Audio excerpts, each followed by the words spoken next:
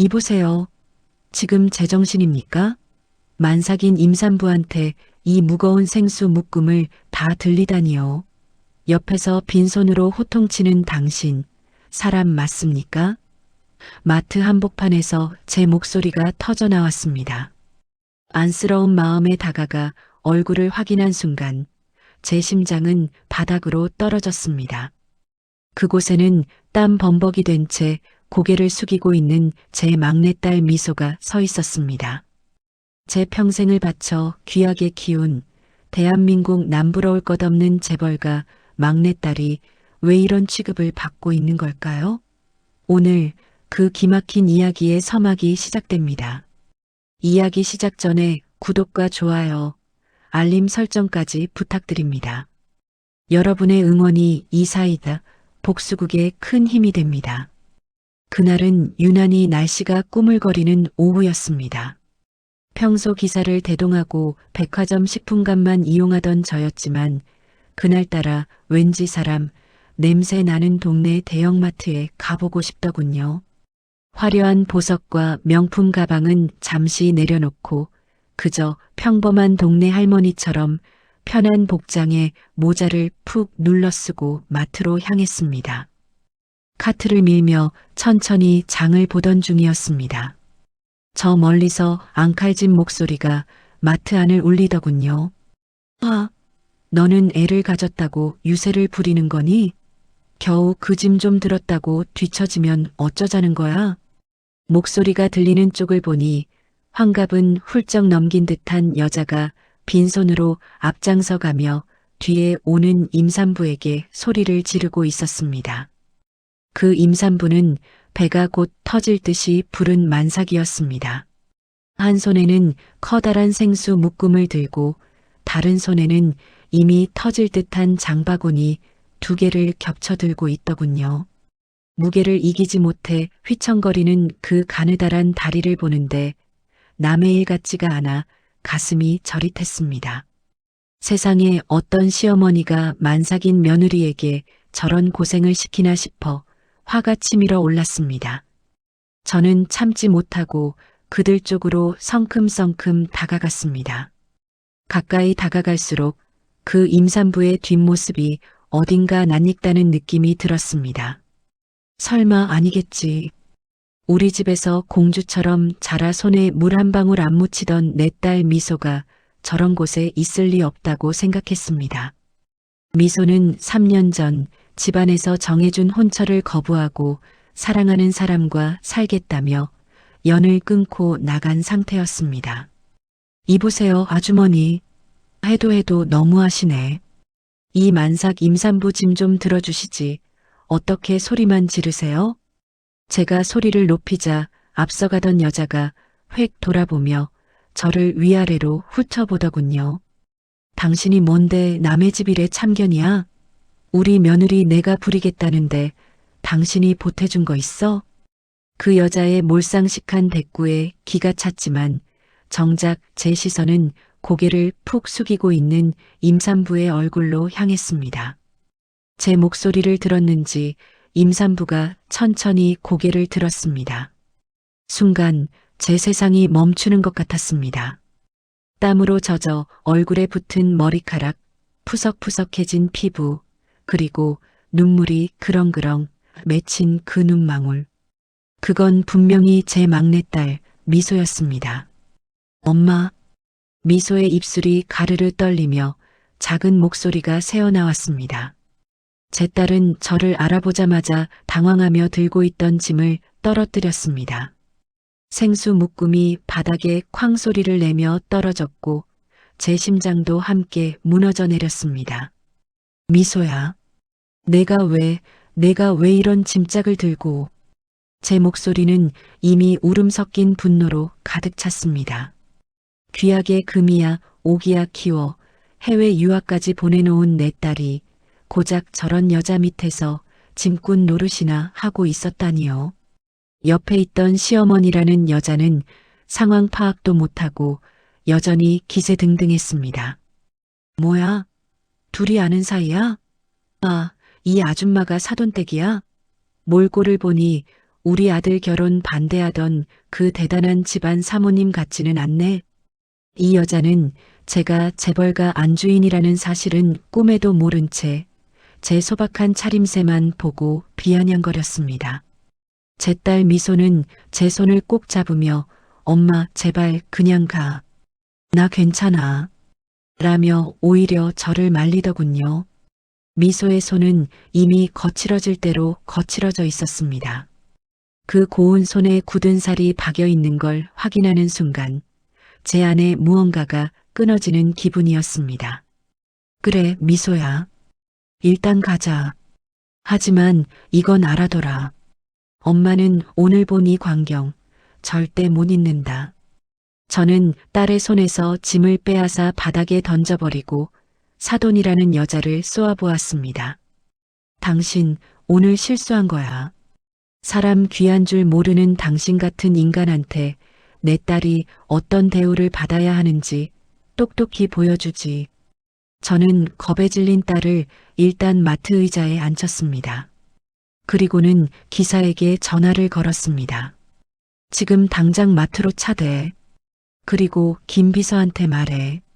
내가 예전에 사둔 그 빌라, 그리고 강철수라는 놈이 다니는 회사, 싹 다 조사해서 보고해.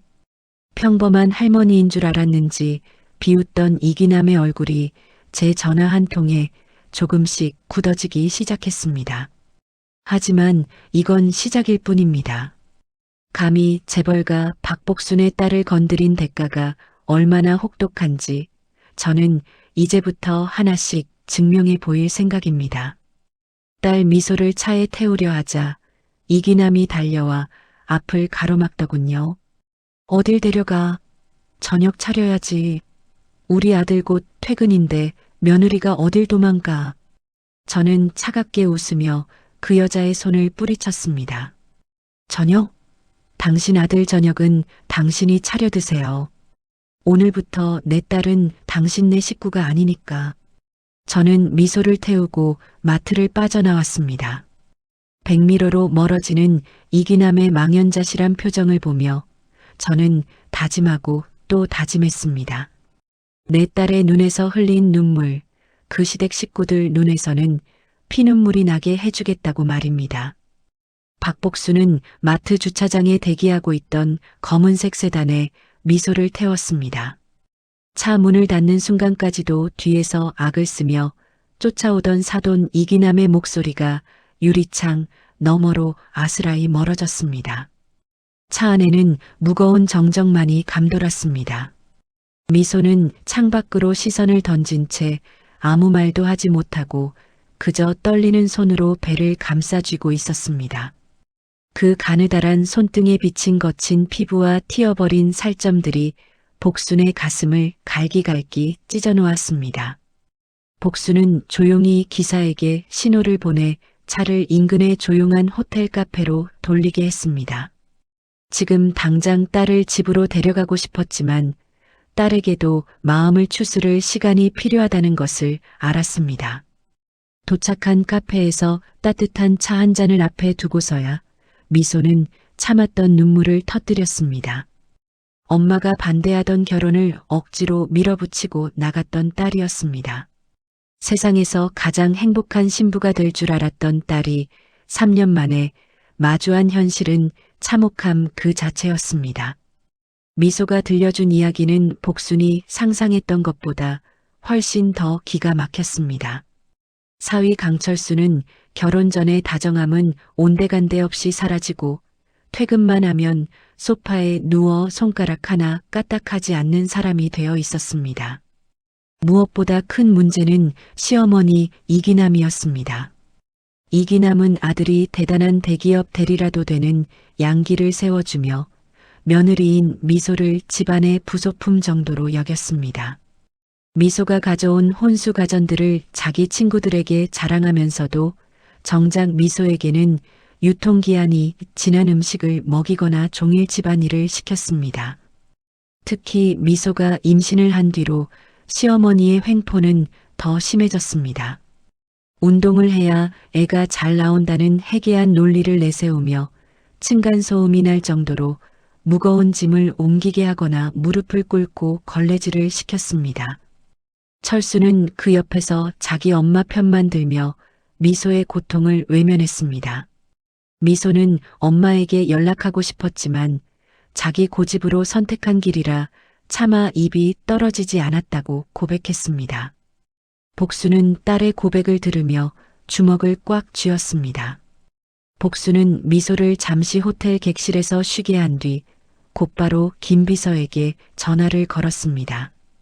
김비서, 아까 말한 강철순의 집이랑 그 가족들 일거수일투족 다 조사됐나? 수화기 너머로 김비서의 침착한 목소리가 들려왔습니다. 이미 JS그룹의 정보망은 가동된 상태였습니다. 이기남이라는 여자는 과거 동네 시장에서 자그마한 옷가게를 하다가 망한 뒤 아들의 월급에 전적으로 의존하며 살고 있었습니다. 그녀의 유일한 자랑은 잘생기고 번듯한 직장에 다니는 아들뿐이었습니다. 하지만 더 가관인 것은 그들이 사는 아파트였습니다. 미소와 철수가 신혼집으로 들어간 그 아파트는 사실 복순이 딸의 장례를 걱정해 제3자의 명의를 빌려 몰래 전세를 내준 곳이었습니다.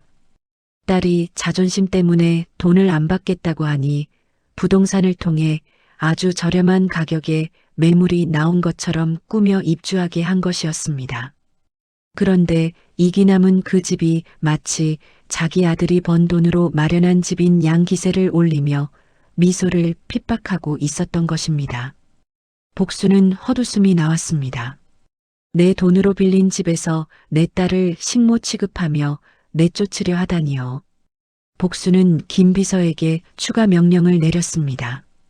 강철수가 다니는 회사의 지분 구조 확인해. 그리고 이기남이가 평소에 어디서 돈을 쓰는지, 빚은 없는지도 낱낱이 파헤쳐. 조사는 일사천리로 진행되었습니다. 강철수가 다니는 태양기획은 JS그룹의 하청을 받는 업체 중 하나였고 최근 경영난으로 JS그룹의 추가 투자가 절실한 상황이었습니다.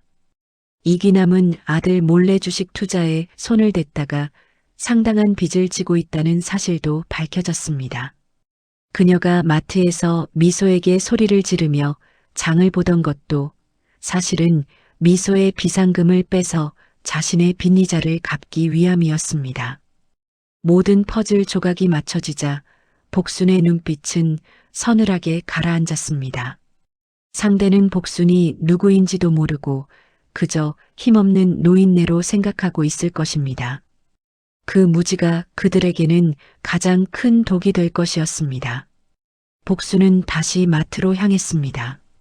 아까 던져두고 온 미소의 짐들이 아직 그곳에 있을 리는 없겠지만 그곳에서부터 복수를 시작할 계획이었습니다.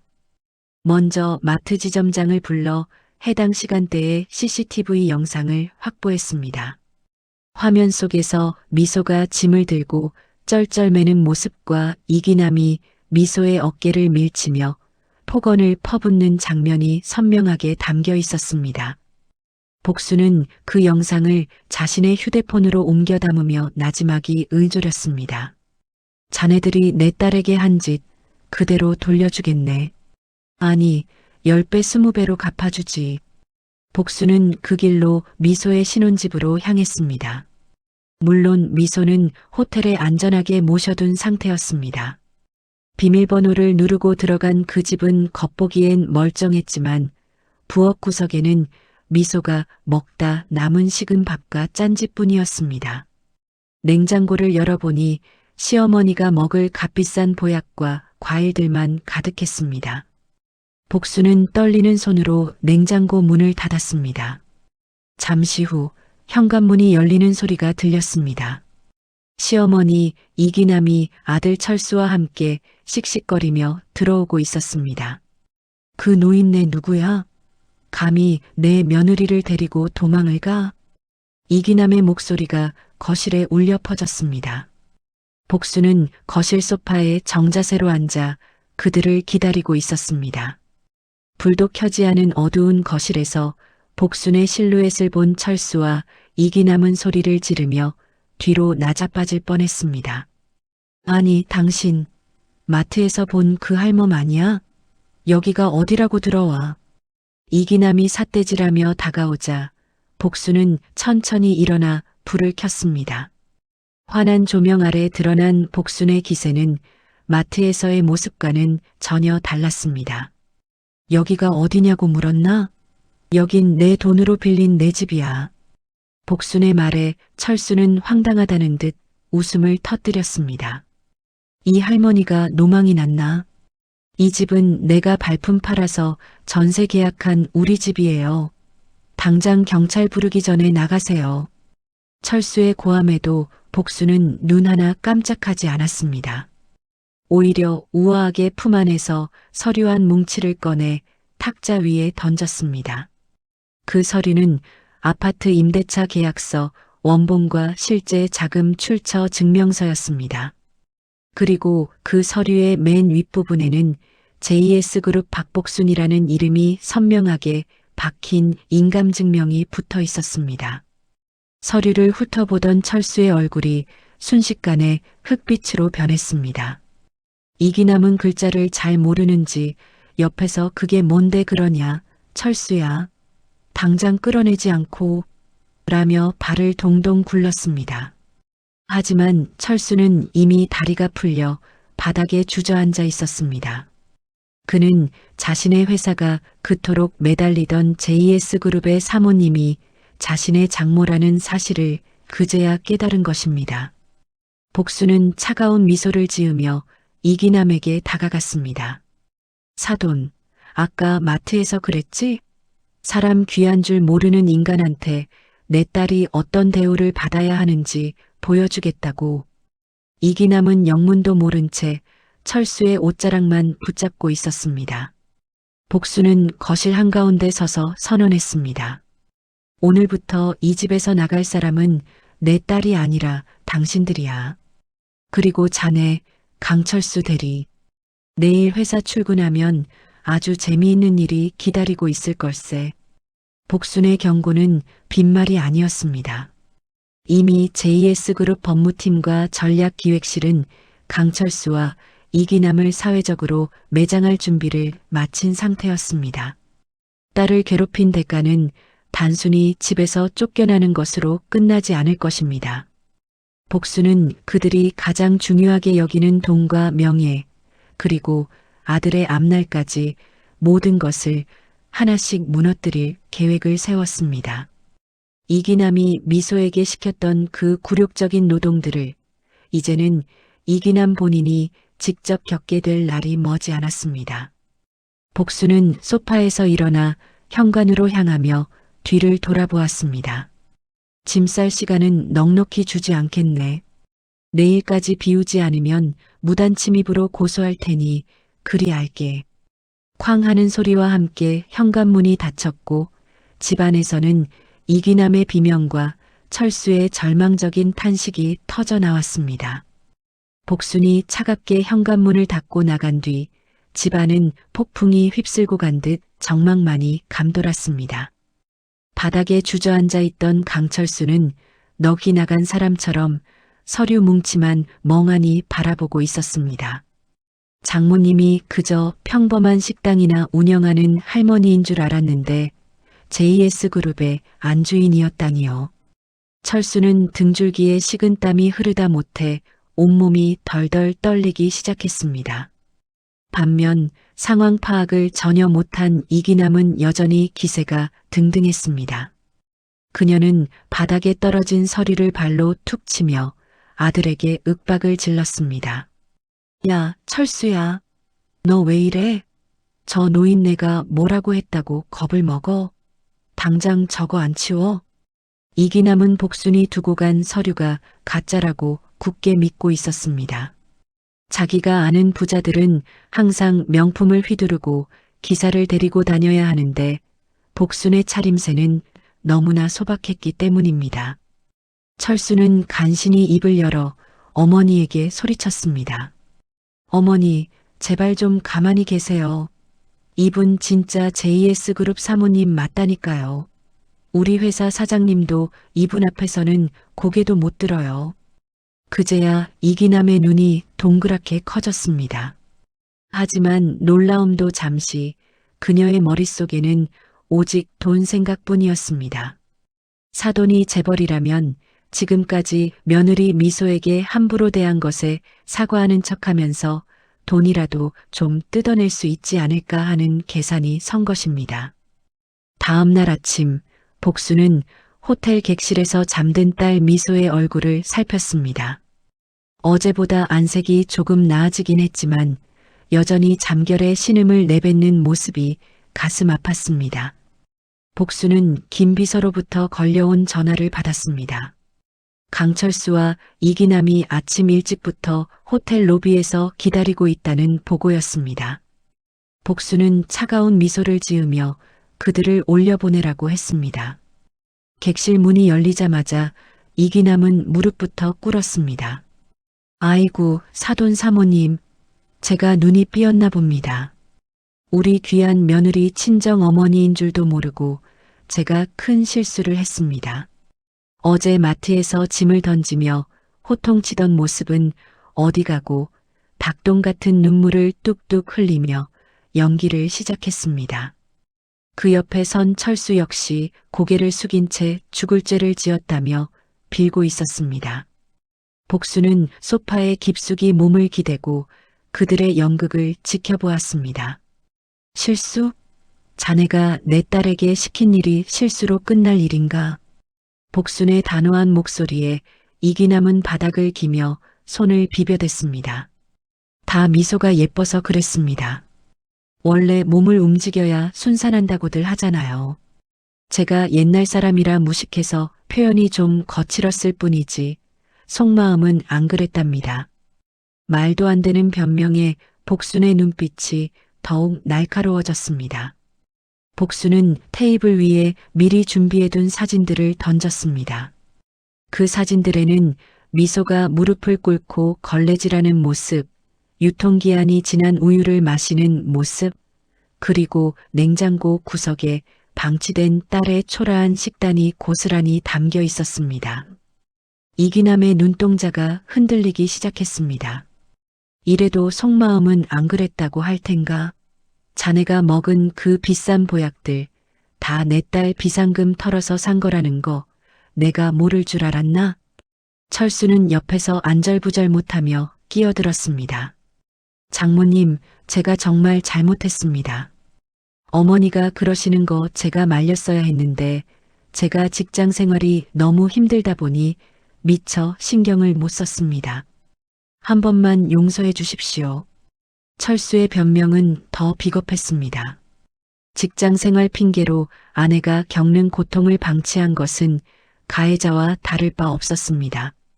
복수는 철수를 똑바로 쳐다보며 말했습니다. 자네 회사 사장하고 아까 통화했네. 자네가 회사 기밀을 사적으로 이용하려 했다는 정황이 포착됐다더군. 아마 오늘 중으로 징계위원회가 열릴 거야. 그 말에 철수의 얼굴은 하얗게 질렸습니다. 회사 기밀이라니요. 사실 철수가 승진을 위해 미소의 뒷조사를 하려 했던 기록들을 김 비서가 찾아내 사장에게 넘긴 것이었습니다.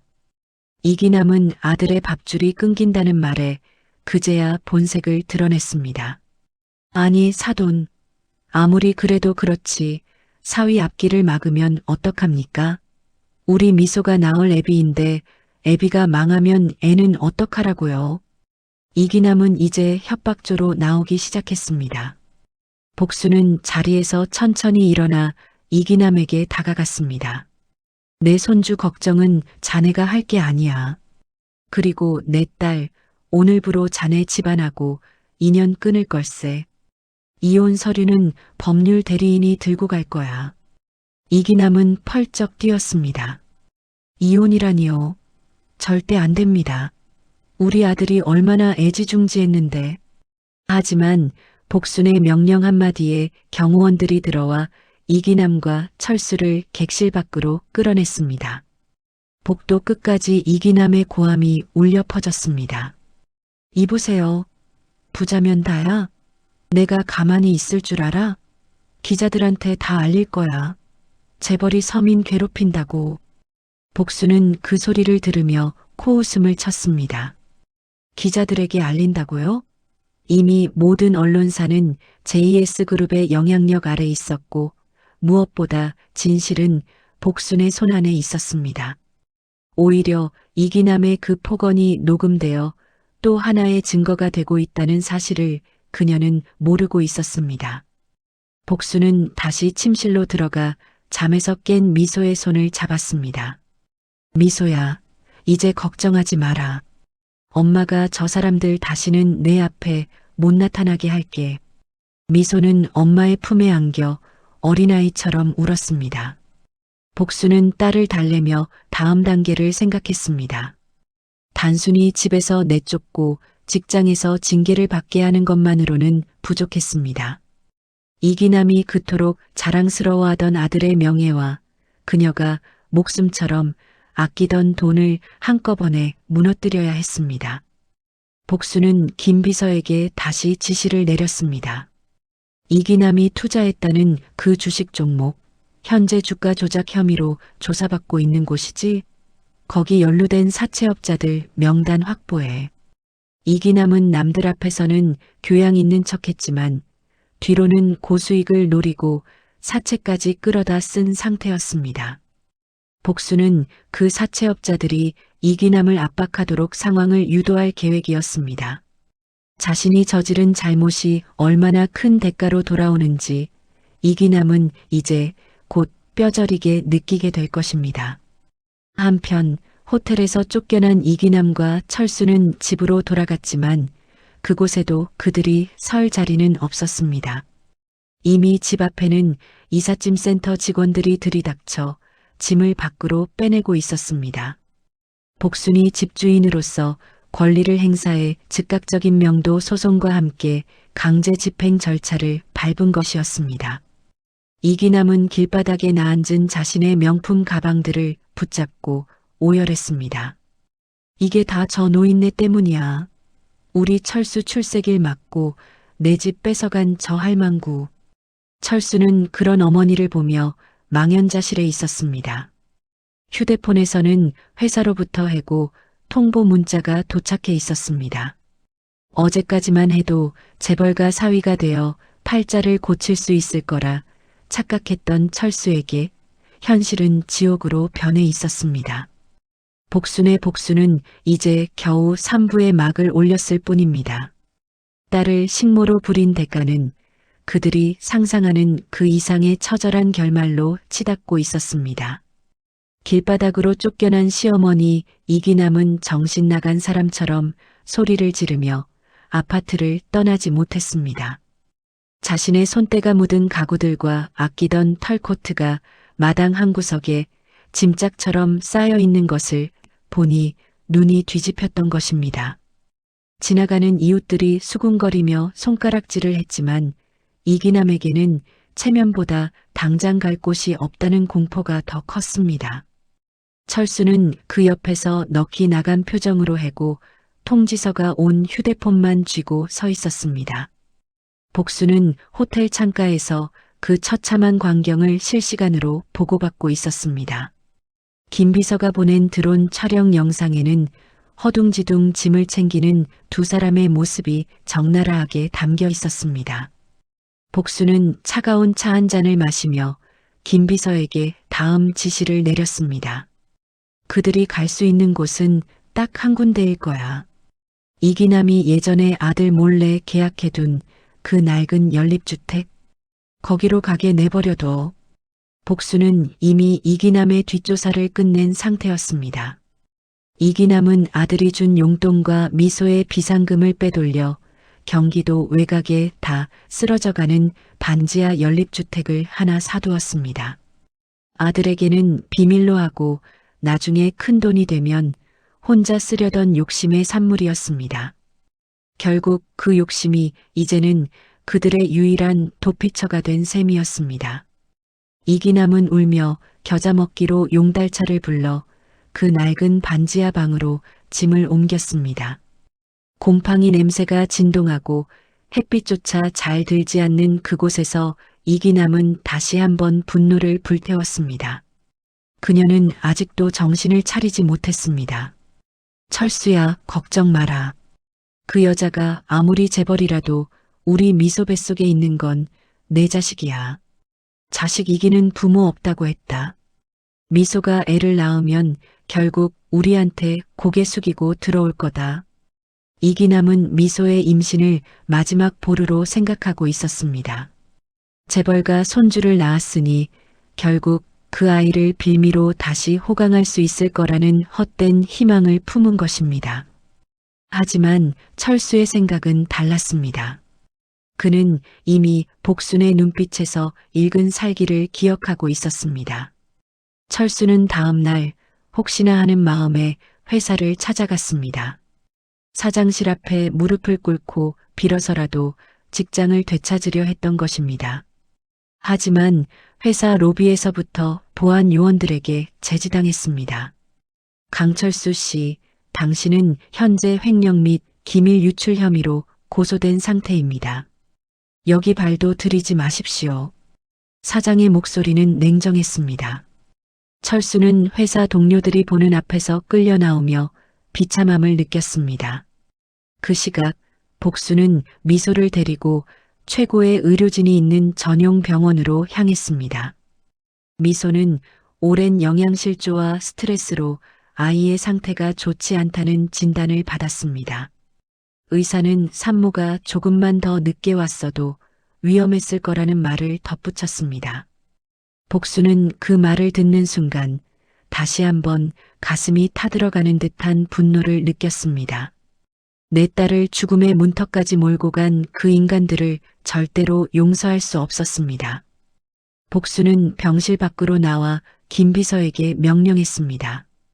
이기남이 사채를 쓴 곳들 내가 다 인수했네. 이제부터 그 빚독촉 내가 직접 관리하겠어. 복수는 이기남이 진 빚 5억 원을 조용히 사들였습니다. 이기남은 그 돈이 어디서 온 것인지도 모른 채 그저 높은 이자에 허덕이며 하루하루를 보내고 있었습니다. 복수는 이제 그 빚을 무기로 이기남의 숨통을 조이기 시작했습니다. 어느 날 오후 이기남의 낡은 반지하 방으로 덩치 큰 사내들이 들이닥쳤습니다. 이기남 씨, 이자 낼 시간 지났는데 돈은 준비됐나? 사내들의 험악한 기세에 이기남은 바들바들 떨며 빌었습니다. 조금만 기다려주세요. 우리 며느리가 재벌집 딸이라 곧 큰 돈이 들어옵니다. 이기남은 끝까지 미소의 이름을 팔며 위기를 모면하려 했습니다. 하지만 사내들은 가차없이 집안의 낡은 가구들에 압류빨간 딱지를 붙이기 시작했습니다. 그때 반지하 창문 너머로 고급스러운 구두 소리가 들려왔습니다. 계단을 내려와 그 좁고 냄새나는 방 안으로 들어온 사람은 바로 복순이었습니다. 이기남은 구세주를 만난 듯 복순의 다리를 붙잡았습니다. 사모님, 사돈, 제발 저 좀 살려주세요. 저 사람들이 제 짐을 다 뺏어가요. 복수는 혐오스러운 듯 이기남의 손을 뿌리쳤습니다. 그리고 사내들에게 서류 한 장을 건네받았습니다. 이기남, 이 사채업자들의 배우가 누구인지 아나? 바로 나야. 복순의 말에 이기남의 눈이 경악으로 물들었습니다. 당신이 왜 사채를? 복수는 방 안을 천천히 둘러보며 말했습니다. 내 딸이 내 집에서 걸레질할 때 너는 이 방보다 더 넓은 집에서 호의호식했지. 이제 내가 그 대가를 치를 차례야. 이 빚 원금과 이자 한 푼도 깎아주지 않을 거야. 내가 죽을 때까지 이 굴레에서 벗어나지 못하게 하겠어. 이기남은 절망에 빠져 통곡했습니다. 하지만 복순의 응징은 여기서 끝이 아니었습니다. 철수에게도 마지막 통보를 날렸습니다. 강철수, 자네가 내 딸에게 했던 그 비겁한 행동들, 이제 법정에서 하나하나 가려보세. 위자료 청구 소송은 물론이고 그동안 내 어머니가 내 딸에게 저지른 폭행과 폭언의 공범으로 너도 고소했네. 철수는 고개를 떨구었습니다. 그는 이제 자신이 가진 모든 것을 잃었을 뿐만 아니라 범죄자, 신세가 될 처지에 놓였습니다. 복수는 반지하 방을 나오며 김비서에게 말했습니다. 이 집 당장 철거해. 토지 매입 끝났으니 내일부터 공사 시작해. 이기남과 철수는 그날 밤 곰팡이 냄새나는 반지하 방에서도 쫓겨나 길가에 나앉았습니다. 갈 곳 없는 모자는 서로를 원망하며 싸우기 시작했습니다. 너 때문에 이게 뭐야? 잘난 척하더니 집안 말아먹고. 어머니가 미소를 괴롭히지만 않았어도 이렇게 안 됐어요. 서로의 가슴에 칼을 꽂는 그들의 대화는 어두운 밤거리에 공허하게 울려 퍼졌습니다. 복수는 차에 올라타 멀리서 그 광경을 지켜보았습니다. 아직 사부밖에 되지 않았지만 그들의 몰락은 이미 시작되었습니다. 하지만 복순의 마음 한구석에는 여전히 아픔이 남아 있었습니다. 딸 미소가 겪은 3년의 고통을 갚아주기엔 이 정도는 아직 시작에 불과했기 때문입니다. 그녀는 다음 단계를 구상하며 차창 밖으로 시선을 돌렸습니다. 이제는 단순히 그들을 괴롭히는 것을 넘어 법적으로 완벽하게 그들을 격리할 준비를 해야 했습니다. 복수는 휴대폰을 열어 미소의 사진을 보았습니다. 미소야, 이제 정말 다 끝났어. 엄마가 너를 지옥에서 꺼내준 것처럼 저 사람들은 영원히 그 지옥에서 살게 될 거야. 복순의 결연한 의지는 어두운 차 안에서도 빛나고 있었습니다. 그녀의 복수는 치밀했고 자비란 없었습니다. 부당한 대우를 받은 자식의 눈물을 닦아주기 위한 어머니의 위대한 응징은 이제 더 거세게 몰아칠 준비를 마쳤습니다. 강철수는 평생을 성실한 척, 착한 척하며 살아왔습니다. 하지만 그 밑바닥에는 늘 재벌가 딸인 미소를 이용해 단숨에 신분 상승을 꿈꾸던 추악한 욕망이 도사리고 있었지요. 장모인 복순이 정체를 드러내고 회사에서 해고 통보를 받은 순간부터 철수의 세계는 모래성처럼 허물어지기 시작했습니다.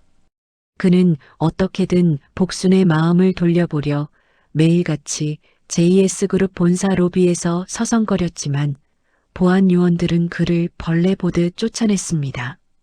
이기남 역시 상황의 심각성을 깨닫지 못하고 여전히 헛된 꿈을 꾸고 있었습니다. 그녀는 반지하 방에서 쫓겨나 찜질방을 전전하면서도 아들에게 큰 소리를 쳤습니다. 철수야, 다 방법이 있다. 미소가 곧 애를 낳을 거 아니냐. 아무리 독한 장모라도지 손주 앞세워서 빌면 마음이 약해지게 되어 있어. 그때 우리가 한몫 단단히 챙기면 된다. 이기남은 미소가 겪었을 고통이나 아이의 건강 상태 따위는 안중에도 없었습니다. 오직 그 아이를 담보로 다시 누릴 부귀영화만 계산하고 있었던 것이지요. 복수는 그런 두 사람의 동태를 하나도 빠짐없이 보고받고 있었습니다. 그녀는 두 사람이 찜질방 식당에서 남들이 먹다 남은 음식을 치우며 겨우 끼니를 때우고 있다는 소식을 듣고도 눈 하나 깜깜하지 않았습니다. 오히려 그들이 마지막 희망이라 믿는 아이라는 카드를 완벽하게 분쇄하기로 결심했습니다. 복수는 법률 대리인을 시켜 친권 및 양육권 박탈을 위한 소송 서류를 완벽하게 준비했습니다. 강철수가 미소에게 저지른 방임과 이기남의 학대 증거는 이미 차고 넘쳤습니다. 어느 날 복수는 철수를 조용한 외곽 카페로 불러냈습니다. 철수는 장모님이 자기를 용서해 주려는 줄 알고 한달음에 달려와 무릎을 꿇었습니다. 장모님, 제가 정말 죽을 죄를 지었습니다. 미소와 아이를 위해서라도 저를 한 번만 더 기회를 주십시오. 이제 정말 잘하겠습니다. 철수는 비굴하게 복순의 구두 끝을 붙잡으려 했습니다. 하지만 복수는 차가운 시선으로 철수를 내려다보며 서류 봉투 하나를 던졌습니다. 그 안에는 철수가 미소와 결혼하기 전 몰래 만났던 다른 여자의 사진들이 들어 있었습니다. 철수는 미소가 재벌가 딸이라는 사실을 알고 그녀에게 접근하면서도 뒤로는 다른 여자와 부적절한 관계를 유지하며 미소의 돈을 빼돌리고 있었던 것입니다. 복수는 이 사실을 진작 알고 있었지만 미소가 상처받을까봐 덮어두고 있었습니다. 하지만 이제는 더 이상 숨길 이유가 없었습니다. 내가 사람이라면 내 딸에게 이럴 순 없었어. 이 사진들 법정에 제출할 거다. 내 놈은 위자료뿐만 아니라 사기 결혼으로 감옥에 가게 될 거야. 철수의 얼굴이 순식간에 잿빛으로 변했습니다. 그는 변명조차 하지 못하고 입만 벙긋거렸습니다. 복수는 자리를 일어서며 덧붙였습니다. 그리고 내 어머니 이기남 씨가 진 사채 빚. 그거 내가 다 산 거 알지? 이제부터 이자는 매일 복리로 붙을 거다. 평생을 일해도 못 갚을 돈이지. 너희 모자는 이제 지옥이 뭔지 뼈저리게 느끼게 될 거다. 복수는 철수를 그 자리에 버려둔 채 뒤도 돌아보지 않고 나갔습니다. 한편 이기남은 찜질방에서 우연히 TV를 보다가 경악했습니다. 자신이 그토록 자랑하던 아들 철수가 재벌가 사기 결혼 및 공금 횡령 혐의로 뉴스에 오르내리고 있었기 때문입니다. 주변 사람들이 수군거리며 자신을 쳐다보자 이기남은 얼굴을 가리고 도망치듯 찜질방을 빠져나왔습니다. 갈 곳 없는 그녀는 결국 미소가 입원해 있다는 병원을 찾아가 난동을 부리기로 작정했습니다. 내 손주 내놔라. 재벌이라고 남의 자식 뺏어가는 법이 어디 있냐. 하지만 병원 입구에서 그녀를 기다리고 있는 것은 복순과 경찰들이었습니다. 복순은 미친 듯이 소리 지르는 이기남 앞에 서서 단호하게 말했습니다. 이기남 씨, 당신을 미행 협박 및 가택 침입 혐의로 고소했어. 그리고 당신이 진 빚, 오늘부로 채권 추심 절차 들어간다. 경찰들은 이기남의 팔을 붙잡아 연행하기 시작했습니다. 이기남은 바닥에 주저앉아 발버둥 쳤지만 이미 그녀의 편은 아무도 없었습니다. 철수는 그 소식을 듣고 도망치려 했지만 이미 출국 금지 조치가 내려진 상태였습니다. 그는 단돈 몇만 원도 없는 처지로 서울역을 배회하는 신세가 되었습니다. 한때는 재벌가 사위를 꿈꾸며 거들먹거리던 그였지만 이제는 지나가는 사람들에게 동정을 구걸해야 하는 처참한 몰골이 되었습니다. 복수는 이 모든 과정을 영상으로 확인하며 차분하게 차를 마셨습니다. 그녀의 복수는 감정적인 화풀이가 아니라 법과 돈을 이용한 철저한 파괴였습니다. 미소는 병실에서 건강을 회복해가며 이 소식들을 전해 들었습니다. 처음에는 눈물을 흘리기도 했지만 엄마가 보여준 철수의 외도 사진과 시어머니의 악행들을 보며 마음을 굳게 먹었습니다. 엄마 고마워요. 제가 바보같이 참기만 해서 아이까지 위험하게 만들 뻔했어요. 미소는 이제 더 이상 예전의 유약한 딸이 아니었습니다. 엄마인 복순의 강인함을 닮아가기 시작한 것이지요. 복수는 그런 딸의 손을 꼭 잡아주었습니다. 이기남은 유치장에 갇혀서도 정신을 차리지 못하고 벽을 두드리며 울부짖었습니다. 내 아들 철수가 얼마나 똑똑한데 너희들이 다 시기해서 그러는 거지. 하지만 그녀를 응답하는 것은 싸늘한 정적뿐이었습니다. 그녀가 그토록 무시하던 서민들의 삶보다 더 비참한 곳으로 그녀는 천천히 떨어지고 있었습니다. 그녀가 미소에게 주었던 모멸감과 고통은 이제 고스란히 그녀의 몫이 되어 돌아왔습니다. 철수는 결국 경찰에 자수했습니다. 도저히 굶주림과 추위를 견딜 수 없었기 때문입니다. 그는 조사를 받으며 모든 범죄 사실을 시인했습니다. 장모인 복순의 그림자가 너무나 거대해서 도망칠 곳이 없다는 것을 본능적으로 깨달은 것이지요. 철수는 차가운 수갑을 찬 채 눈물을 흘렸지만 그 눈물은 반성이 아니라 잃어버린 부귀영화에 대한 미련일 뿐이었습니다. 복수는 이제 오부의 끝자락에서 진정한 사이다, 복수의 정점을 향해 가고 있었습니다. 단순한 처벌을 넘어 그들이 다시는 사회에 발을 붙이지 못하게 만들 사회적 매장과 경제적 파산이 완벽하게 진행되고 있었습니다. 그녀는 비서에게 다음 단계를 지시했습니다. 이기남의 고향 친척들에게도 이 소식 다 전해. 그 여자가 자랑하던 아들의 실체를 모두 알게 해야지. 복순의 복수는 상대방의 영혼까지 탈탈 터는 집요함을 가지고 있었습니다. 이제 길거리에 나앉은 모자에게 남은 것은 서로에 대한 증오뿐이었습니다.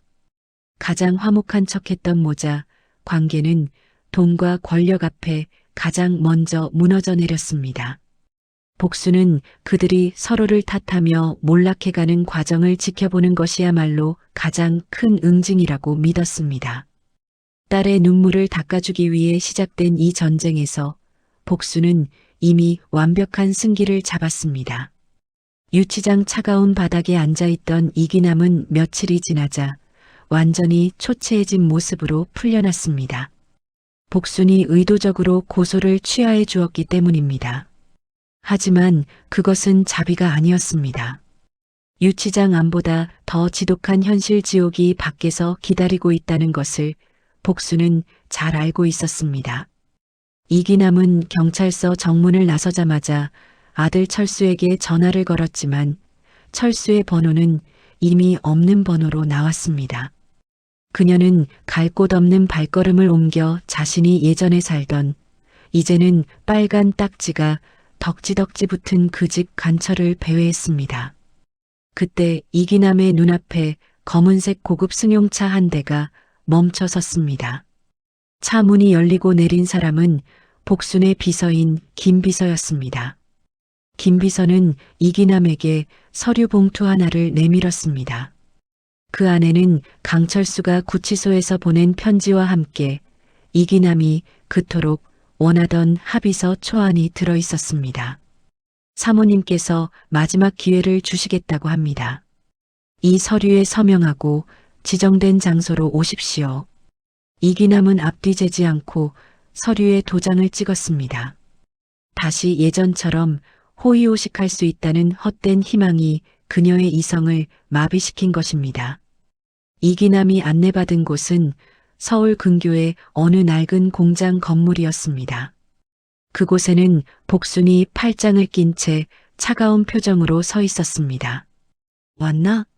내 아들 철수는 지금 인생의 밑바닥에서 내가 구해주길 간절히 바라고 있더군. 복순의 말에 이기남은 다시 한번 무릎을 꿇고 손이 발이 되도록 빌기 시작했습니다. 사모님, 제가 정말 죽을 죄를 지었습니다. 철수만은 살려주세요. 그놈이 감옥에 가면 우리 집안은 대가 끊깁니다. 이기남은 여전히 가부장적인 낡은 사고방식에서 벗어나지 못한 채 궤변을 늘어놓았습니다. 복수는 비웃음 섞인 한숨을 내쉬며 공장 안쪽의 모니터를 가리켰습니다. 모니터 속에는 철수가 구치소 면회실에서 누군가와 대화하는 장면이 찍혀 있었습니다. 놀랍게도 철수의 면회객은 복순이 보낸 사람이 아니라 철수가 숨겨두었던 내연녀였습니다. 자기야, 조금만 참아. 장모가 돈이 많으니까 내가 어떻게든 뜯어내서 우리 외국 가서 살자.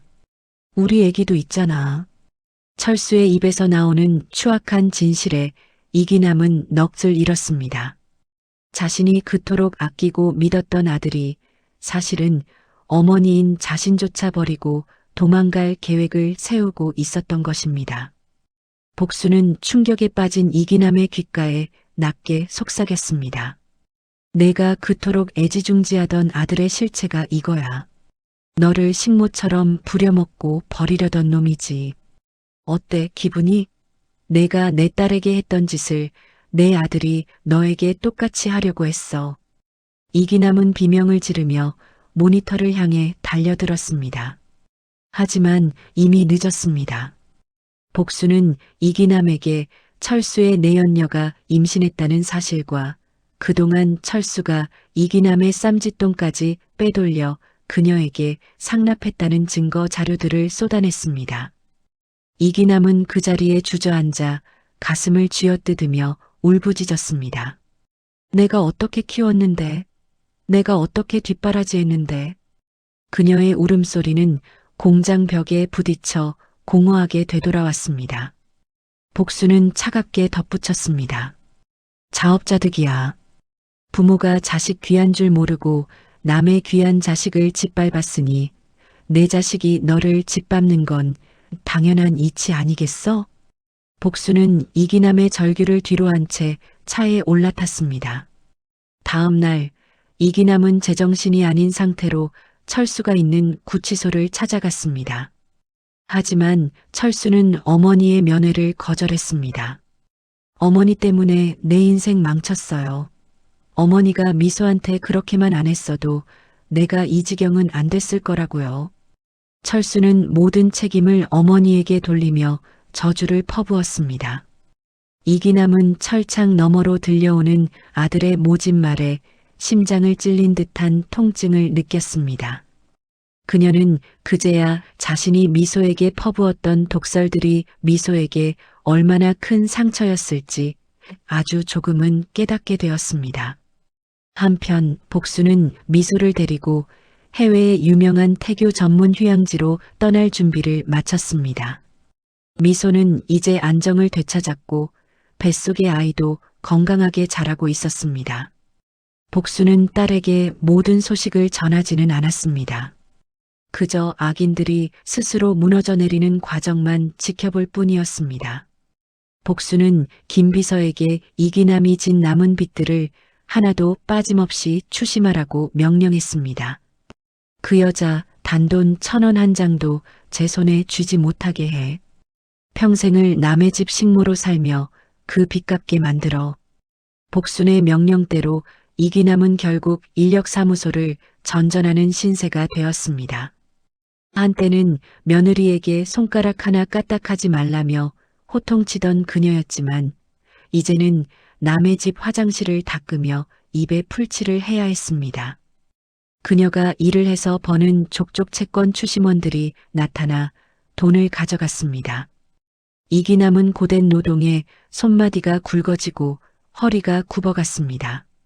밤마다 좁은 쪽방에서 컵라면 하나로 끼니를 때우며 그녀는 미소가 차려주던 따뜻한 밥상을 떠올렸습니다. 미소야, 내가 미안했다. 이기남의 입에서 처음으로 참에 비슷한 말이 나왔지만 들어줄 사람은 아무도 없었습니다. 그녀의 뉘우침은 이미 너무 늦었고 용서받기에는 죄가 너무 컸습니다. 복수는 이기남의 비참한 일상을 찍은 사진들을 보며 조용히 미소 지었습니다. 진정한 복수는 한순간에 끝내는 게 아니야. 숨이 붙어 있는 동안 자신이 저지른 일을 매일같이 곱씹게 만드는 거지. 복순의 사이다. 복수는 이제 중반을 넘어 종착역을 향해 가고 있었습니다. 철수는 구치소 안에서 수감자들에게 괴롭힘을 당하며 하루하루를 보냈습니다. 재벌가 사위였다는 허풍을 떨다가 거짓말임이 들통나 더 심한 매질을 당했습니다. 그는 이제 미소의 이름조차 부를 자격이 없었습니다. 복수는 법무팀을 동원해 철수의 형량을 최대치로 끌어올리기 위한 추가 증거들을 제출했습니다. 그가 회사에서 저지른 비리들이 하나둘씩 추가로 밝혀지면서 그의 출소 날짜는 점점 더 뒤로 밀려났습니다. 이기남과 철수, 이 두 모자는 이제 서로를 세상에서 가장 증오하는 원수가 되었습니다. 가장 강력한 결속력을 자랑하던 그들의 비뚤어진 가족에는 복순의 치밀한 기획 아래 처참하게 파괴되었습니다. 복수는 이 모든 과정이 부당한 대우를 받는 이 세상 모든 딸을 위한 위로가 되길 바랐습니다. 그녀의 복수는 단순한 개인의 원한을 넘어 인과응보라는 우주의 섭리를 증명하고 있었습니다. 육부에 막이 내릴 때 이기남은 빗물이 새는 쪽방에서 낡은 걸레를 빨며 울고 있었습니다. 그녀의 눈물은 이제 아무런 힘이 없었습니다. 복수는 먼 발치에서 그 광경을 지켜보며 다음 단계를 준비했습니다. 아직 그들에게는 잃을 것이 조금 더 남아 있었기 때문입니다. 복수는 결코 멈추지 않았습니다. 완벽한 파멸, 그것만이 그녀가 원하는 유일한 결말이었습니다. 비가 추적추적 내리는 어느 오후였습니다. 인력사무소 앞에서 허탕을 치고 돌아오던 이기남은 낡은 신발 속으로 스며드는 찬물에 몸을 떨었습니다. 한때는 며느리가 차려주는 따뜻한 밥을 먹으며 반찬 투정을 하던 그녀였지만 이제는 편의점에서 유통기한이 임박해 할인하는 삼각김밥 하나를 사는 것도 손이 떨리는 처지가 되었습니다. 그녀는 웅크리고 앉아 김밥을 씹으며 생각했습니다. 어쩌다가 내 인생이 이렇게 됐을까? 하지만 그녀의 결론은 여전히 남 탓이었습니다. 다 그 재수 없는 장모와 자기 편을 안 들어준 미소 때문이라고 믿었습니다. 그때 이기남의 낡은 휴대폰으로 낯선 번호의 전화가 걸려왔습니다. 철수가 수감된 구치소의 지인이 보내는 연락이었습니다. 철수가 구치소 내에서 다른 수감자와 시비가 붙어 크게 다쳤는데 수술비가 급하게 필요하다는 소식이었습니다. 이기남은 하늘이 무너지는 것 같았습니다. 아무리 원망스러워도 하나뿐인 아들이었습니다. 그녀는 당장 돈을 구할 곳을 찾았지만 그녀 주변에는 이제 그녀에게 밥 한 끼 사줄 지인조차 남아있지 않았습니다. 이기남은 지푸라기라도 잡는 심정으로 복순의 JS그룹 본사 앞으로 달려갔습니다. 경비원들에게 밀쳐지고 바닥을 뒹굴면서도 그녀는 울부짖었습니다. 사모님, 우리 철수가 죽게 생겼습니다. 제발 한 번만 살려주세요. 돈만 빌려주시면 제가 평생 종노릇을 하겠습니다.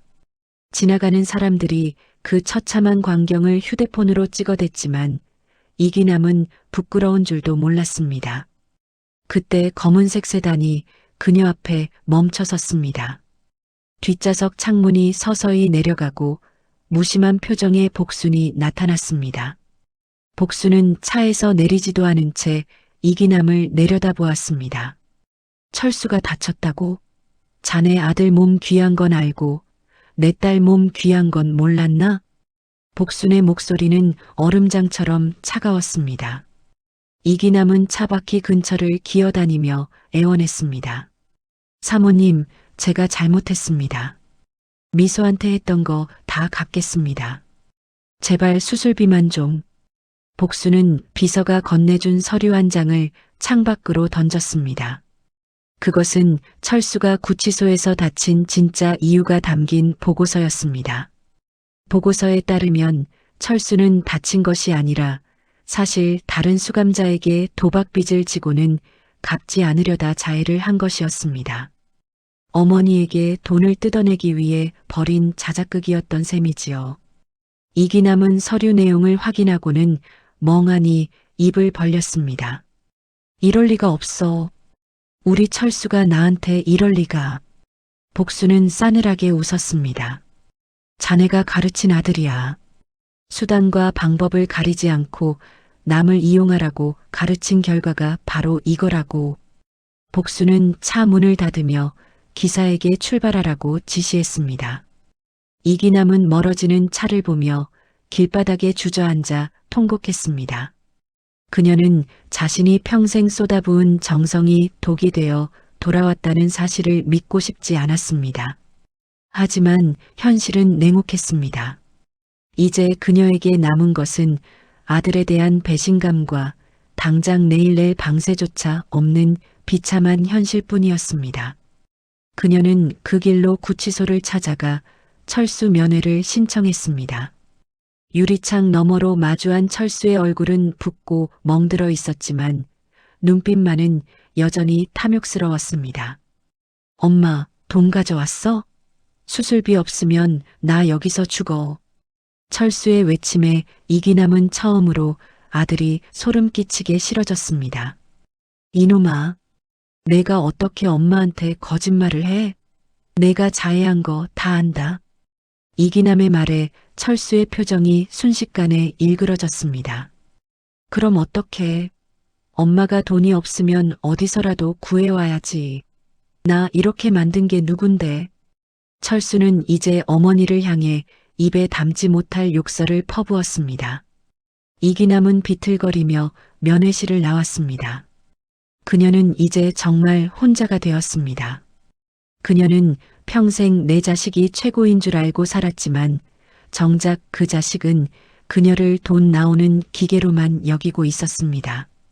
그녀는 어두운 밤거리를 걷다가 문득 미소가 임신했을 때 먹고 싶다던 딸기를 비싸다고 타박하며 썩은 것만 골라 사왔던 날을 떠올렸습니다. 그때 미소의 슬픈 눈망울이 이제야 자신의 가슴을 후벼 파는 것 같았습니다. 이기남은 다음 날 무언가 결심한 듯 복순을 다시 찾아갔습니다. 이번에는 구걸하기 위해서가 아니었습니다. 그녀는 품속에서 낡은 통장 하나를 꺼냈습니다. 그것은 그녀가 평생 미소와 철수 몰래 모아두었던 이른바 비상금이었습니다. 사모님, 이 돈 미소 주십시오. 제가 그 아이한테 못해준 거 이걸로라도 갚고 싶습니다. 그리고 저 자수하겠습니다.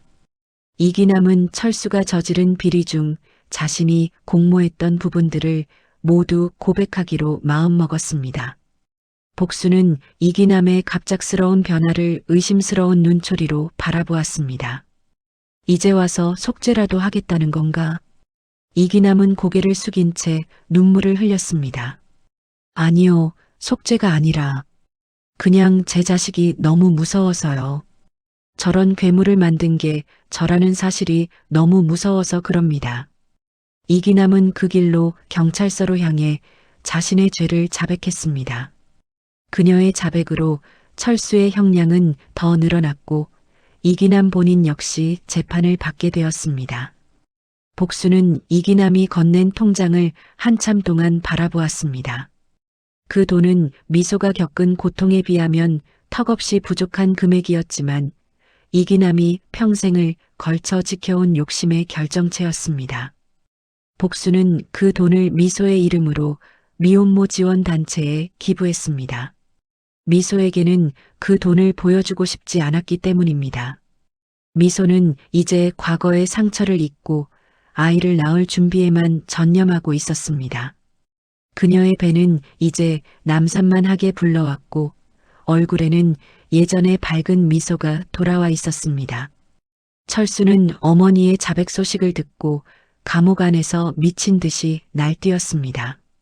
그는 끝까지 자신의 잘못을 인정하지 않았습니다. 우리 엄마가 노망이 났어. 나를 죽이려고 작정을 했다고. 그는 벽에 머리를 박으며 소리를 질렀지만 돌아오는 것은 교도관들의 차가운 제압뿐이었습니다. 그는 이제 영원히 사회로 돌아오지 못할 만큼 무거운 죄책의 굴레에 갇히게 되었습니다. 복수는 철수의 항소조차 원천 차단하기 위해 최고의 변호인단을 구성해 대응했습니다. 이기남은 재판을 기다리는 동안 요양병원의 청소부로 일하게 되었습니다. 복순이 배려 아닌 배려로 일자리를 마련해 준 것이었습니다.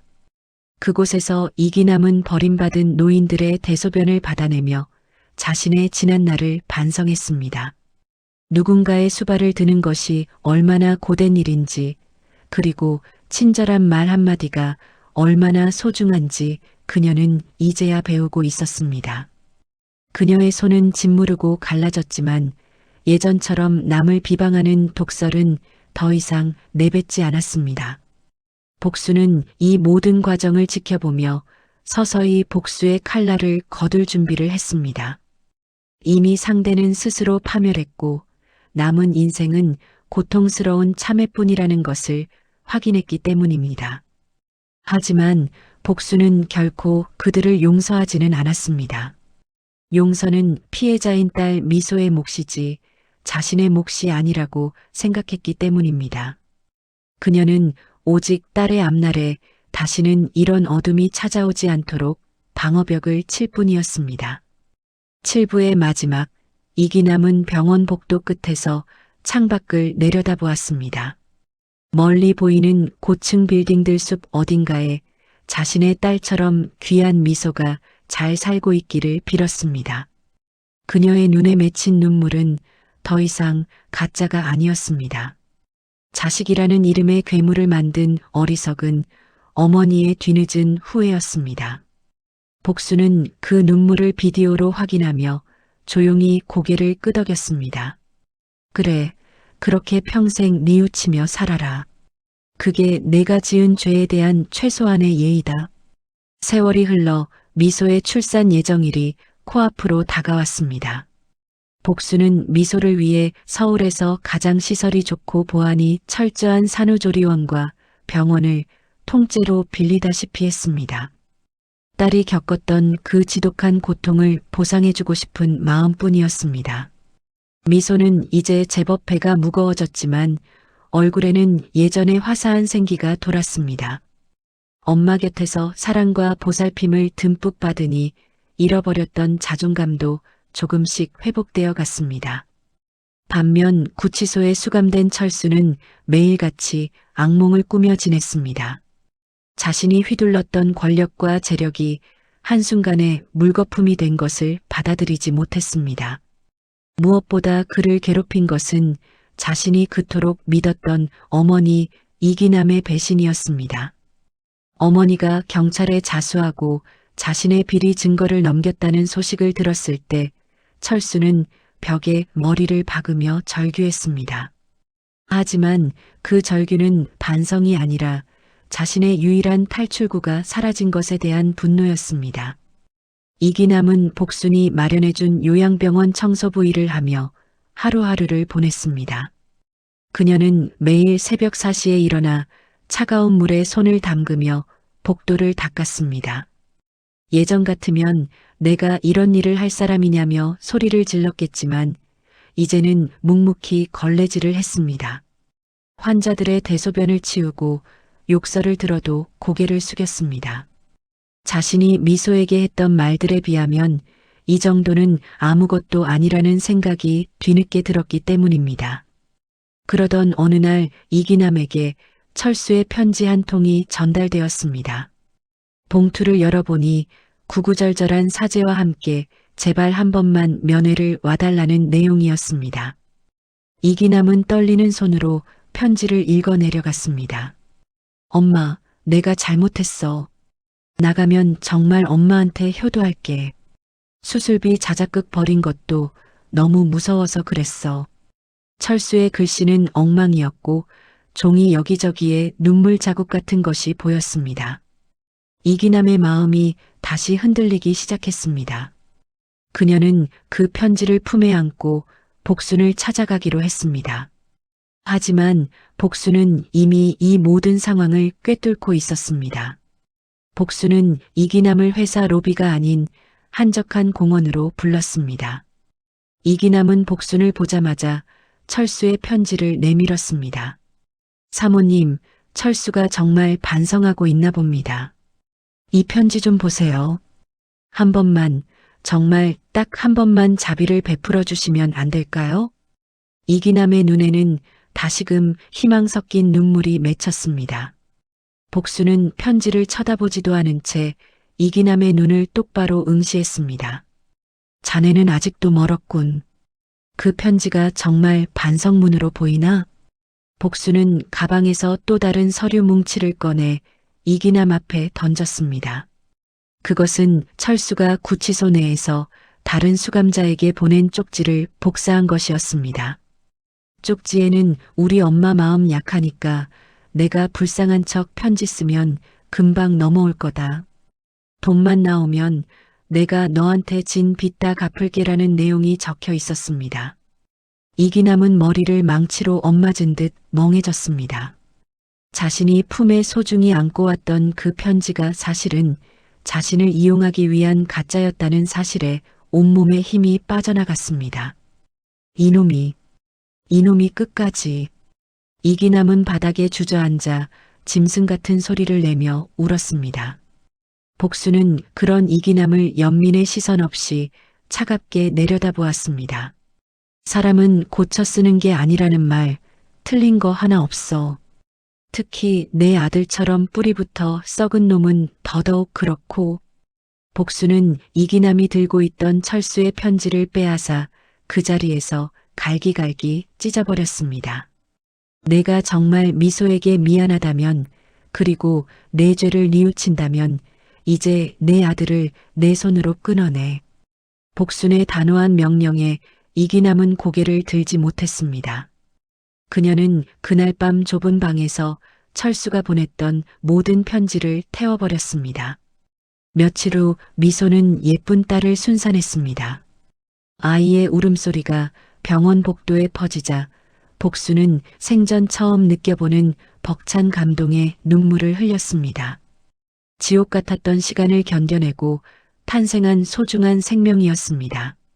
복수는 아이를 안고 있는 미소의 이마에 입을 맞추며 속삭였습니다. 고생했다, 우리 딸. 이제 정말 꽃길만 걷게 해줄게. 미소는 아이를 보며 환하게 웃었습니다. 과거의 상처가 이 아이의 미소 한 번에 씻겨 내려가는 듯 했습니다. 이 소식은 이기남에게도 전해졌습니다. 그녀는 멀리서나마 미소가 순산했다는 소식을 듣고 병원을 찾았습니다. 하지만 병실 근처에는 가지도 못한 채 복도 끝에서 서성거렸습니다. 그때 복순이 유모차를 밀고 나오는 모습이 보였습니다. 이기남은 벽 뒤로 몸을 숨겼습니다. 자신이 감히 저 아이를 볼 자격이 없다는 것을 너무나 잘 알고 있었기 때문입니다. 이기남은 그 길로 구치소 면회실로 향했습니다. 철수는 어머니가 왔다는 소식에 돈을 가져왔을 거라 믿고 싱글벙글하며 나타났습니다. 하지만 이기남의 표정은 그 어느 때보다 단호했습니다. 철수야, 이제 나한테 연락하지 마라. 나 너 포기했다. 이기남의 말에 철수의 표정이 굳어졌습니다. 엄마, 그게 무슨 소리야? 돈은? 합의금은 어떻게 됐는데? 이기남은 철수를 향해 차갑게 덧붙였습니다. 내 자식 태어났다더라. 근데 넌 평생 그 아이 못 볼 거다. 내가 내 죄까지 다 짊어지고 지옥 갈 테니까 넌 거기서 평생 내가 저지른 일 반성하며 살아. 이기남은 철수의 고함 섞인 욕설을 뒤로하고 면회실을 나왔습니다. 그것이 이기남이 아들에게 보여준 마지막 모정이자 처절한 단절이었습니다. 철수는 유리창을 두드리며 울부짖었지만 아무도 그를 돌아보지 않았습니다. 복수는 이기남의 이 선택을 보고받고는 작게 고개를 끄덕였습니다. 이제야 진정한 사이다.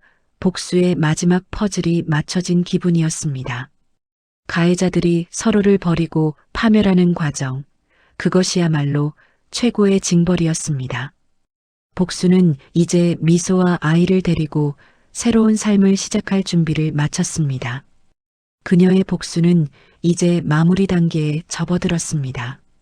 병원 창밖으로 쏟아지는 아침 햇살은 눈부시게 밝았습니다. 갓 태어난 손주를 품에 안은 복순의 마음에도 오랜만에 평화가 찾아온 듯 했습니다. 아이의 작은 손가락이 복순의 옷자락을 꼭 쥐었을 때 복순은 그동안에 치열했던 복수국이 헛되지 않았음을 느꼈습니다.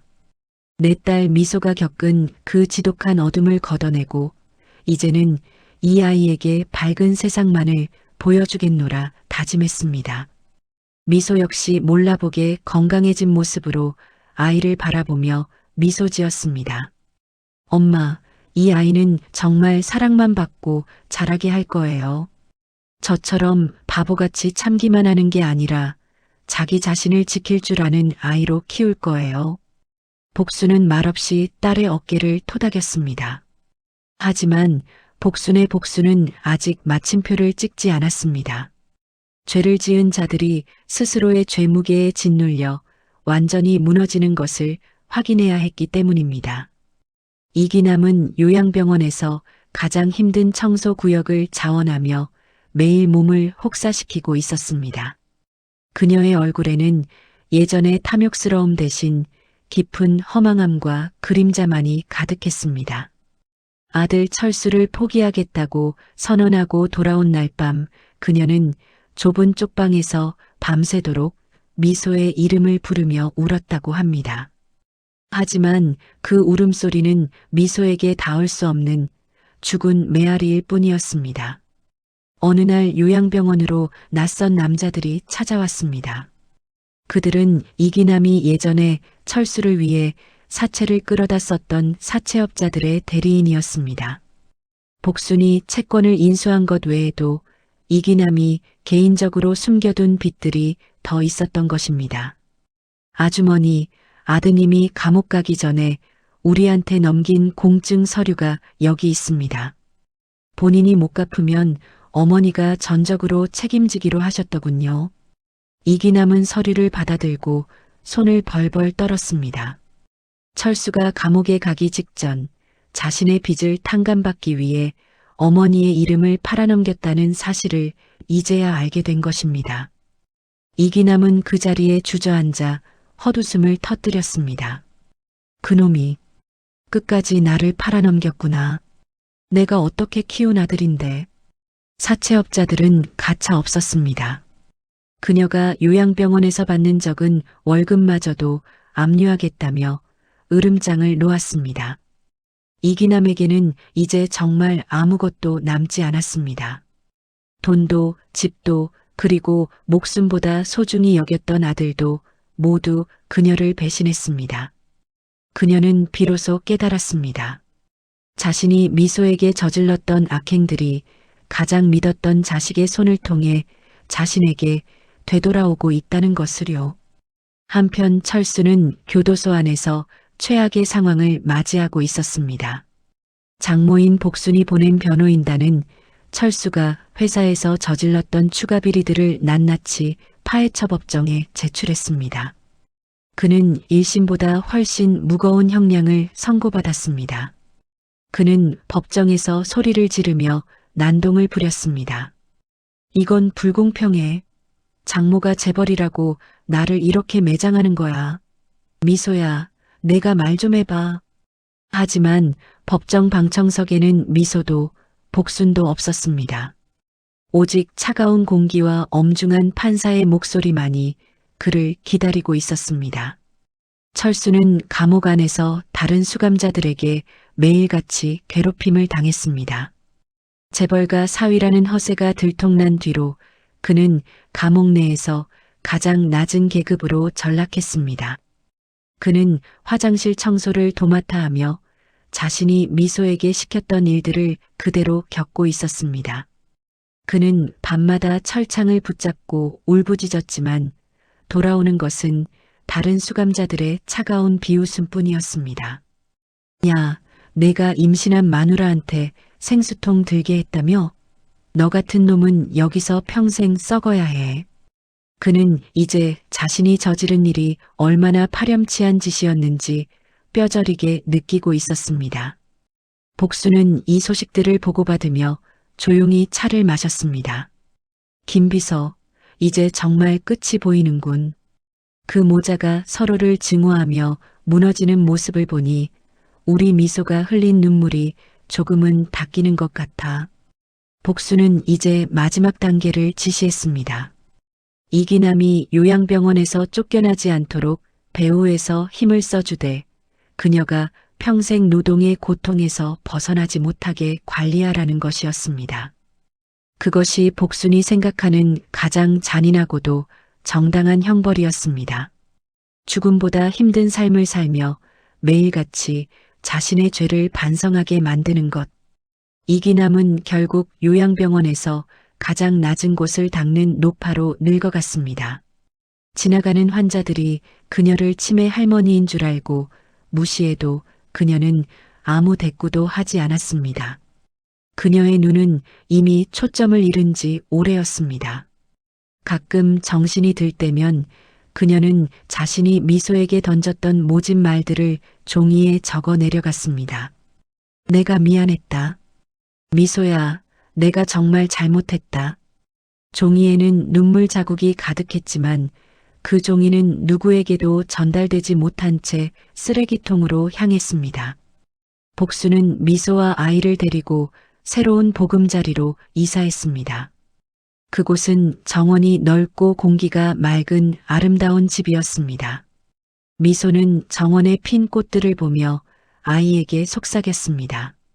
세상에는 무서운 사람들도 많지만 너를 지켜줄 할머니와 엄마가 있단다. 너는 누구보다 소중한 존재야. 아이는 엄마의 목소리에 반응하듯 옹알이를 했습니다. 복수는 그 평화로운 광경을 지켜보며 비로소 마음속에 무거운 짐을 내려놓을 수 있었습니다. 정의는 승리했고 악의는 심판을 받았습니다. 미소의 아이가 100일을 맞이하던 날 복순의 저택은 화사한 꽃들로 가득 찼습니다. 과거 마트에서 만삭의 몸으로 짐을 들고 뒤처졌던 그 가여운 여인은 이제 어디에도 없었습니다. 미소는 정성껏 차려진 100일잔치 상 앞에서 아이를 안고 환하게 웃고 있었습니다. 그 곁에는 든든한 버팀목이 되어준 엄마 복순이 인자한 미소를 지으며 서 있었습니다. 복순은 오늘을 위해 아주 특별한 선물을 준비했습니다. 그것은 바로 미소의 이름으로 설립된 미혼모 및 취약계층 여성자립지원재단의 출범 소식이었습니다. 복수는 자신이 가해자들에게서 회수한 그 모든 자산과 위자료를 이 재단에 기부했습니다. 악의 구렁텅이에서 나온 돈이 선한 영향력으로 바뀌어 세상의 빛이 되기를 바랐기 때문입니다. 미소는 재단의 이사장직을 맡아 자신과 같은 아픔을 겪는 여성들을 돕기로 결심했습니다. 엄마, 저들이 나를 짓밟으려 했던 그 돈이 이제 누군가를 살리는 희망이 된다니 정말 꿈만 같아요. 미소의 목소리에는 이제 과거의 슬픔 대신 강인한 의지가 깃들어 있었습니다. 복수는 딸의 손을 꼭 잡으며 고개를 끄덕였습니다. 그 시각 강철수는 교도소 독방에서 차가운 벽을 마주하고 있었습니다. 장모인 복순이 보낸 최종 판결 확정 통지서가 그의 앞에 놓였습니다. 중형이 확정된 그는 이제 청춘의 대부분을 감옥에서 보내야 했습니다. 사회적 매장은 물론 그가 그토록 탐냈던 JS그룹의 자산은 단 한 푼도 그에게 허락되지 않았습니다. 그는 매일 아침 거울 속에 비친 초라하고 늙어가는 자신의 모습을 보며 절규했습니다. 하지만 그를 도와줄 사람도 그의 목소리에 귀 기울여줄 사람도 이제 세상에는 아무도 없었습니다. 이기남 역시 요양병원의 가장 구석진 곳에서 생의 마지막 참회를 이어가고 있었습니다. 그녀는 매일 무거운 몸을 이끌고 병원 복도를 닦으며 자신이 미소에게 던졌던 그 독한 말들을 하나씩 지워나갔습니다.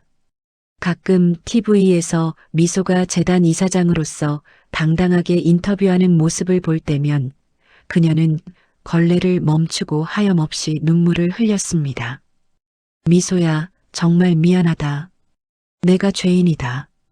그녀의 뉘우침은 이미 너무 늦었지만 그녀는 그 고통스러운 죄책감을 평생의 십자가로 지고 살아가기로 했습니다. 자신의 아들이 자신을 배신했다는 사실보다 자신이 남의 귀한 자식을 망치려 했다는 사실이 더 뼈아프게 다가왔습니다. 복수는 김 비서로부터 가해자들의 비참한 근황을 최종적으로 보고받았습니다. 이미 그들은 사회적으로나 경제적으로 완벽하게 파멸하여 더 이상의 재기 불능 상태였습니다. 복수는 보고서를 덮으며 창밖의 푸른 하늘을 바라보았습니다. 이제 정말 끝났구나. 악한 씨앗은 스스로를 파멸시키고 선한 의지는 결국 꽃을 피우는 법이지. 복순의 복수는 피를 부르는 폭력이 아니라 법과 정의 그리고 압도적인 자본의 힘을 이용한 정당한 심판이었습니다. 그녀는 이제 복수의 화신이 아닌 소중한 가족을 지켜낸 어머니의 자리로 온전히 돌아왔습니다. 100일 잔치가 무르익어갈 무렵 미소는 아이를 품에 안고 정원을 거닐었습니다. 아이는 세상 모든 행복을 다 가진 듯 쌕쌕거리며 잠들어 있었습니다. 그 평화로운 모습은 지난 10분 동안 우리가 지켜본 그 처절했던 싸움의 가장 아름다운 결실이었습니다. 부당한 대우를 받았을 때 침묵하지 않고 용기를 내어 맞서 싸운 결과가 바로 이 행복이었습니다. 미소는 하늘을 향해 속삭였습니다. 고마워요, 엄마. 저를 포기하지 않아줘서. 저도 이 아이를 위해 세상에서 가장 강한 엄마가 될게요. 복수는 딸의 뒷모습을 보며 긴 한숨을 내쉬었습니다. 그 한숨 속에는 그동안의 긴장과 분노, 그리고 안도감이 모두 섞여 있었습니다. 시니어 세대로서 자식을 위해 무엇을 해야 하는지 복수는 온몸으로 증명해 보였습니다. 단순히 돈을 물려주는 것이 아니라 부당한 상황에 맞서 싸우는 용기와 자식을 향한 무조건적인 사랑을 보여준 것입니다. 이 이야기는 단순한 복수극을 넘어 무너진 가족의 정의를 바로 세우는 장엄한 서사시가 되었습니다. 이제 저녁 노을이 붉게 물들며 100일 잔치도 마무리되었습니다. 복순과 미소, 그리고 아이는 저녁 식탁에 둘러앉아 소박하지만 따뜻한 밥상을 마주했습니다. 예전 마트에서 짐을 들고 울던 그 비참했던 기억은 이제 희미한 그림자가 되었습니다. 대신 그 자리에 서로에 대한 신뢰와 깊은 사랑이 촘촘히 채워졌습니다. 복수는 숟가락을 들며 미소에게 말했습니다. 많이 먹어라, 우리 딸. 이제 내 앞날에는 맛있는 밥과 따뜻한 햇살만 가득할 거다. 이야기의 끝은 가해자들의 비명소리가 아니라 피해자들의 평온한 웃음소리로 장식되었습니다. 진정한 권선징악이란 악인이 벌을 받는 것을 넘어 피해자가 자신의 삶을 완벽하게 되찾는 것임을 우리는 보았습니다. 복순의 사이다 응징은 그렇게 우리 시니어 시청자들의 가슴 속에 시원한 청량감을 남기며 막을 내렸습니다. 세상의 모든 미소들이 더 이상 눈물 흘리지 않기를, 그리고 세상의 모든 복순이들이 그들의 방패가 되어주기를 빌며 이 대단원의 막을 내립니다. 여러분, 박복순 할머니의 사이다 복수극 어떠셨나요? 만삭인 몸으로 짐을 들던 딸을 발견했을 때의 그 막막함이 이제는 이렇게 화사한 100일 잔치로 바뀌었습니다. 부당한 대우에 참지 마세요. 우리 자식들을 위해 우리 시니어들이 더 단단해져야 합니다. 오늘 이야기가 여러분의 가슴속에 속 시원한 사이다가 되었다면 구독과 좋아요, 그리고 알림 설정까지 꼭 부탁드립니다. 이런 감동적이고 시원한 이야기를 더 많은 분이 보실 수 있도록 공유도 잊지 마시고요. 저는 다음에도 더 화끈하고 가슴 따뜻한 이야기로 여러분을 찾아오겠습니다. 시청해주신 여러분, 진심으로 감사합니다. 건강하고 행복한 하루 되세요.